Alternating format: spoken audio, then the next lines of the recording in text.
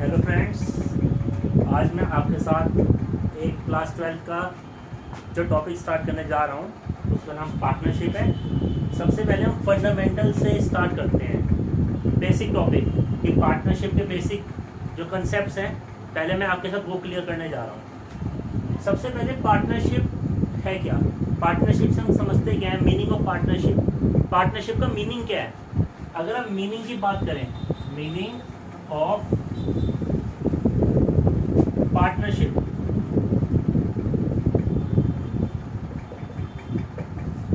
अगर कभी भी आपसे कोई पूछे कि पार्टनरशिप से हम क्या समझते हैं, पार्टनरशिप का मीनिंग क्या है, तो उसकी डेफिनेशन क्या होगी पार्टनरशिप की? तो सिंपल सी पार्टनरशिप की डेफिनेशन है, पार्टनरशिप एक रिलेशनशिप है।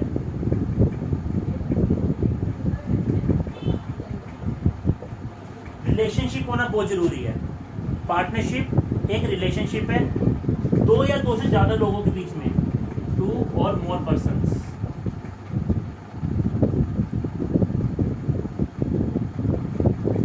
दो या दो से ज्यादा लोगों का होना जरूरी है। अगर अकेला आदमी बिजनेस कर रहा है तो वो सोल प्रोप्राइटर कहलाता है, सिंगल ओनर। मगर जब दो या दो से ज्यादा लोग उस बिजनेस में आते हैं तो उसे हम पार्टनरशिप में की डेफिनेशन में डालते हैं। पार्टनरशिप में रिलेशनशिप होना जरूरी है, दो या दो से ज़्यादा लोगों का होना जरूरी है, वो एग्रीड, एग्रीमेंट होना जरूरी है उनके बीच में। एग्रीमेंट किस चीज़ का होना चाहिए? प्रॉफिट और लॉस को बांटने का, to share profit and loss. जो भी हमारी पार्टनरशिप में प्रॉफिट या लॉसेस होंगे पार्टनर्स आपस में बांटेंगे, इस चीज़ का उनके बीच में एग्रीमेंट होना जरूरी है। और लास्ट थिंग क्या है? कैरिड बाय ऑल और any one acting for all. इसका मतलब क्या हुआ? इसका मतलब ये हुआ कि पार्टनरशिप, जैसे सपोज ए बी एंड सी तीन पार्टनर है बिजनेस में।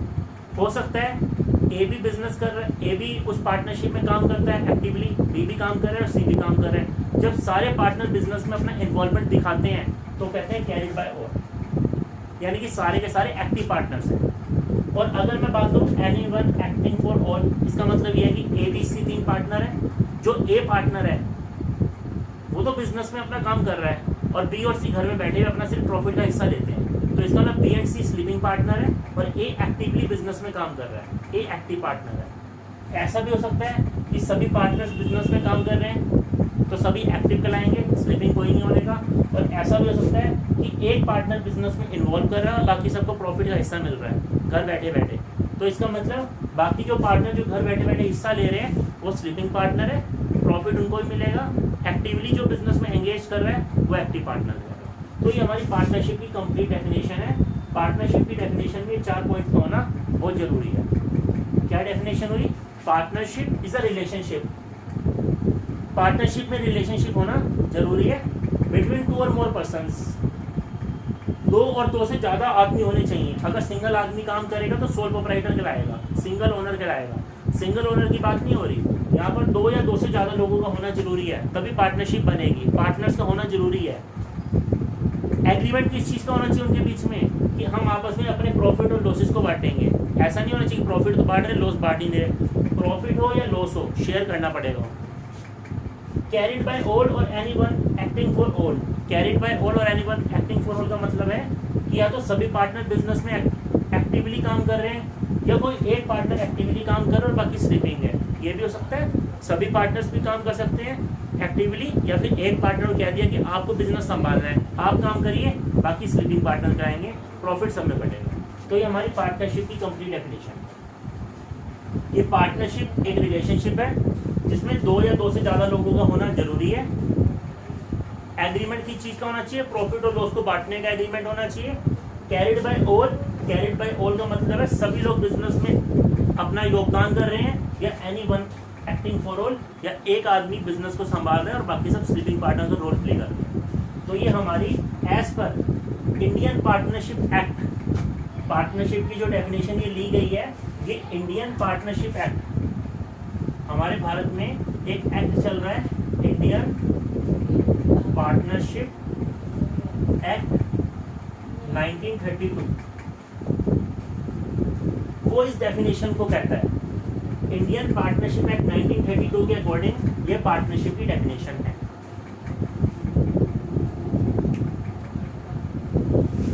तो ऐसे ऐसे हमारे चैप्टर में बेसिक टॉपिक्स होंगे,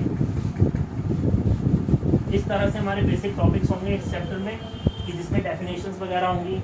अगर मैं पार्टनर्स की बात करूं जैसे ए बी सी, हम इनको अगर इंडिविजुअली बुलाएं, अलग अलग बुलाएं, तो ये पार्टनर्स हैं। जब मैं इंडिविजुअली बात करता हूं तो ये पार्टनर्स हैं, A partner, B partner, C partner. अगर मैं इनको कलेक्टिवली एक नाम दूं तो ये फर्म कहलाएंगे। अगर मैं इंडिविजुअली बोलूँ इन्हें अलग अलग तो ये क्या कहलाएंगे? पार्टनर। अगर मैं इंडिविजुअली बोलूं कि ए बी सी तो ये पार्टनर है। अगर मैं इनको कलेक्टिवली बोलूं तो ये मैं फर्म बोल सकता हूँ। मतलब मैं इनको अलग अलग ना बोल के एक नाम देना चाहूँ अगर, तो मैं उसे फर्म बुला सकता हूँ, ये फर्म है। और फर्म का नेम क्या होता है? जैसे ये RS कोचिंग पॉइंट, यानी कि जिस चीज़ का आपका बिजनेस जाना जाता है, जिस नाम से आपका बिजनेस जाना जा रहा है। जैसे सपोज कुछ भी हो सकता है। फर्म का नेम क्या हो सकता है? फर्म का नेम कुछ भी हो सकता है। फर्म का नेम जैसे कि ABC एंड एसोसिएट्स, किस नाम से फर्म चल रही है, ऐसा भी हो सकता है। तो अगर मैं इंडिविजुअली बात करूं तो पार्टनर कहेंगे, अगर हम कलेक्टिवली बात करें तो इनको फर्म कहते हैं, और जिस नाम से इनका बिजनेस चलता है उसे फर्म का नेम कहते हैं।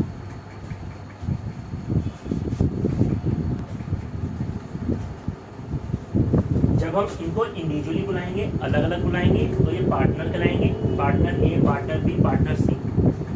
जब हम कलेक्टिवली बात करें, अगर मैं इनको अलग अलग ना बुलाकर एक ही इकट्ठा बुलाना चाहता हूं तो मैं फर्म कह दूंगा। और जिस नेम से बिजनेस कैरी कर रहे हैं उसे कहते हैं फर्म नेम। जैसे सपोज ABC एंड एसोसिएट्स। तो ये थी हमारी पार्टनरशिप, और ये कुछ टर्म्स हो गए कि पार्टनर कौन होते हैं, फर्म क्या होता है और फर्म का नेम क्या होता है। ये कुछ बेसिक कंसेप्ट्स थे हमारे से।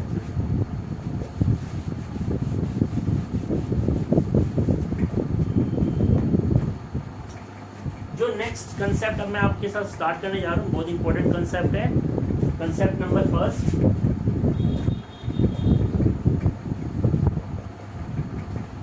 Interest on drawings.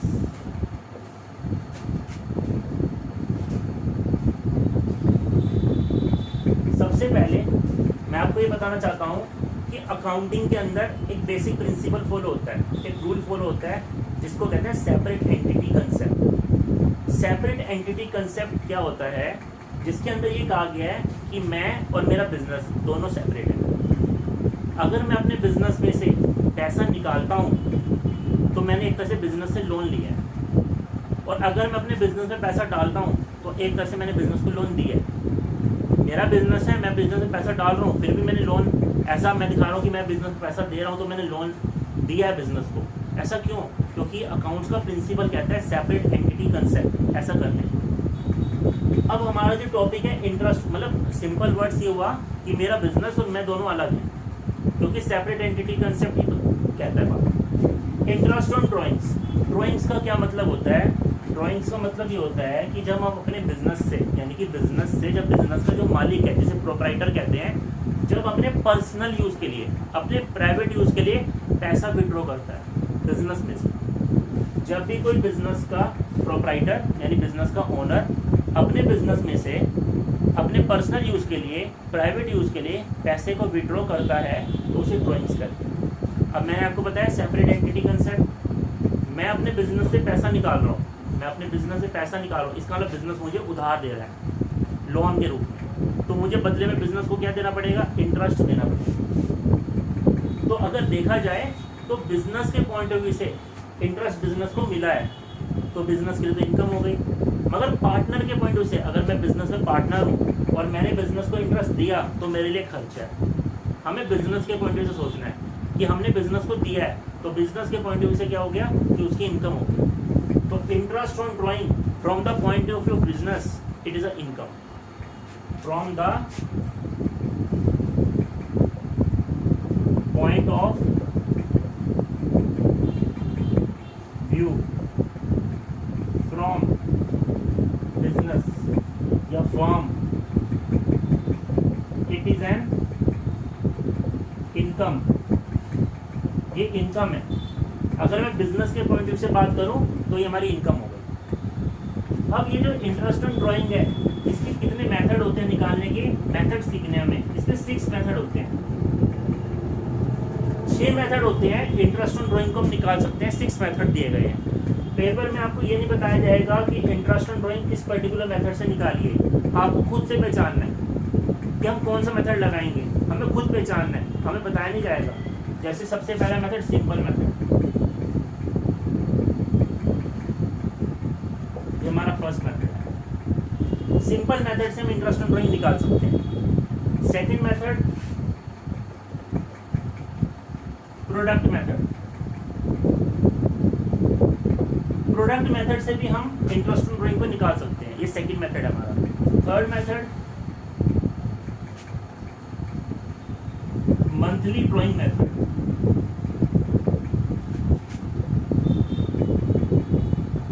Monthly drawing method से भी हम इंटरेस्ट ऑन ड्राइंग को निकाल सकते हैं।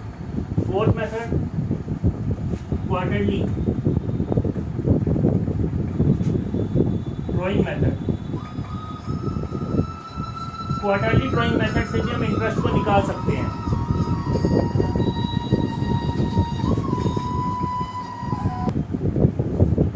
Fifth method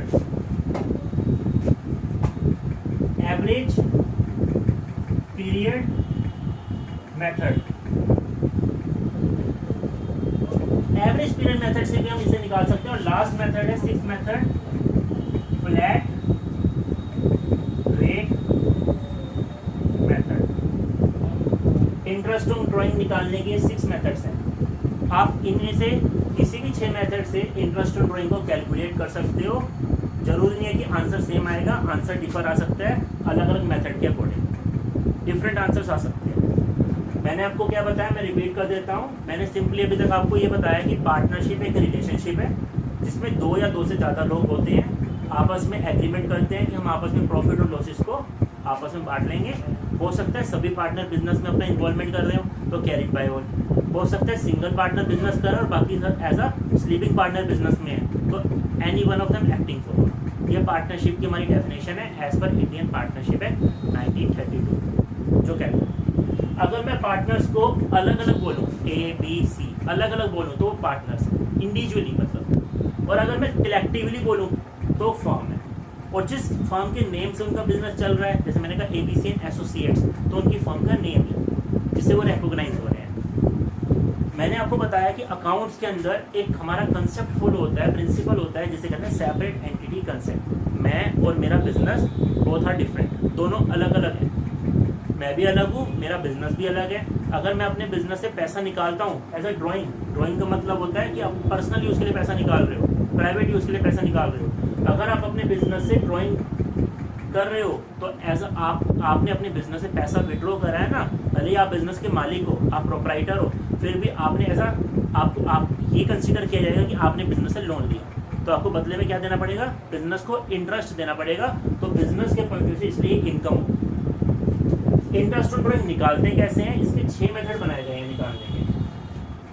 simple method, product method, monthly drawing method, quarterly drawing method, average period method, flat rate method. इन 6 मेथड से हम इंटरेस्ट ऑन ड्राइंग को कैलकुलेट कर सकते हैं। पेपर में ये नहीं बताएंगे कि सिंपल मेथड से निकालो, इससे निकालो या इससे निकालो, आपने खुद पहचानना है।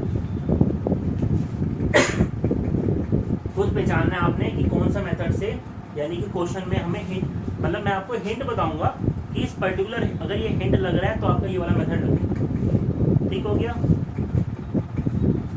ये जो मेथड, इन मेथड से हम इंटरेस्ट ऑन ड्राइंग को निकालते कैसे हैं ये मैं आपको अगले लेक्चर में बताऊंगा। ये हमारा फर्स्ट लेक्चर था।